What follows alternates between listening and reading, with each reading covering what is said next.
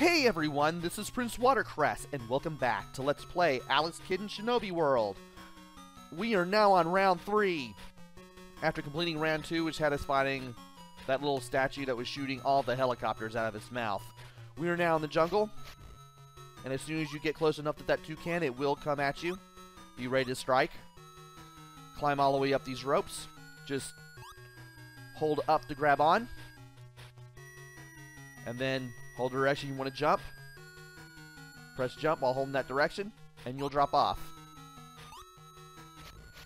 Some of these little parts of the bridges will come down when you move onto them, so you want to be careful. And I believe that these are the ones that come down when I get on them. And thankfully I've not taken any damage yet, which is a good thing. I just want to be careful near this toucan. And I also want to be careful of the fish, because they will leap out of the waterfall when you least expect them to. Like so. Sometimes you can tell by looking at the little parts of the bridge which ones are going to come down, because they're kind of off center sometimes, like right here. You can barely tell. Sometimes you can, sometimes you can't. And right here we want to jump over to here. Go to the right. Got another yellow ninja. We need to take him out. Those little spinny things are just in the way. Don't even bother trying to kill them. They're indestructible.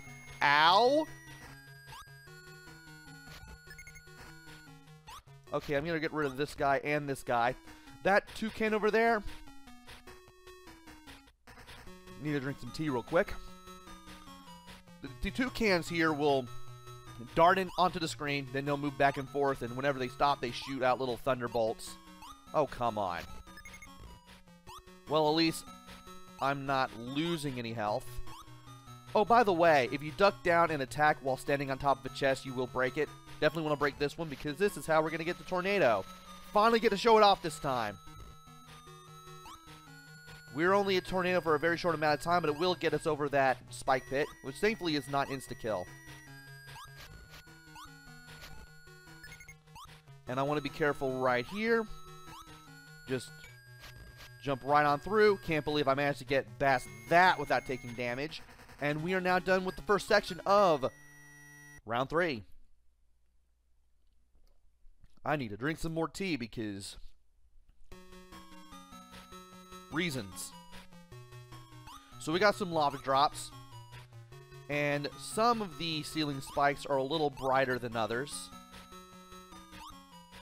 The ones on these little narrow platforms here, the ones above those platforms will drop down.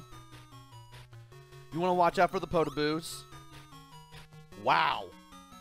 Because they do come down when you least expect them to.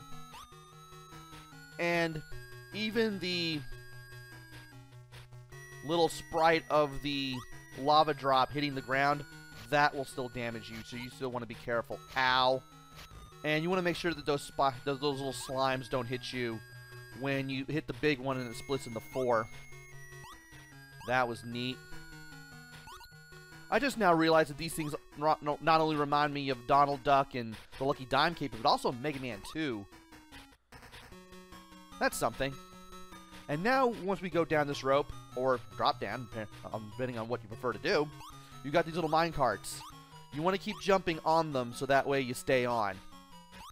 We got ourselves some little BBC Micro-style platforms, but thankfully they're not as bad. For those of you watching from the UK. If you're watching from the US, feel free to call them Bart's Nightmare platforms. Or not Bart's Nightmare, but Bart and the Beanstalk platforms, because those had those kind of platforms too. And I wanted to get that heart, but you know what, I'll take it. That chest to the left contains the kunai. I actually don't want it.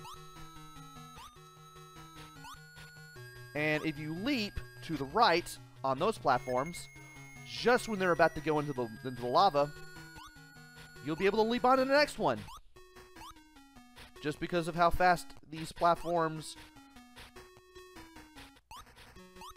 go up and down. You know what, I'll take that hit. I'm supposed to get on that platform and then just jump to the right from there, but you know what? This is an easy enough section. I've gone so far without taking enough damage anyway. It's time to face the lobster, or the robster. It's not a red ninja this time. It's a real lobster. Or lobster. This guy will shoot at a whole bunch of butter. You want to avoid the butter. Maybe I should have gotten the kunai after all. And when this guy stops shooting... Okay, that counts as a death. But you know what to do here. And I have 3 hits again. Maybe I shouldn't have done this without the kunai.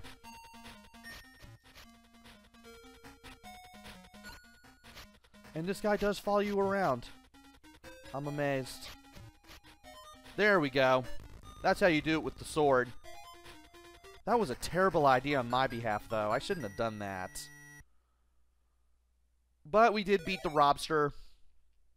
We're not going to get a whole bunch of bonus points. I only have 8 lives to get through round 4 with. Hopefully it shouldn't be too bad.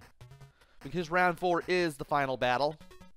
If you have the kunai like I should have gotten, you can just jump in the air and then just hit him hit him before he leaps onto the ground instead of having to get up close like I did with the sword.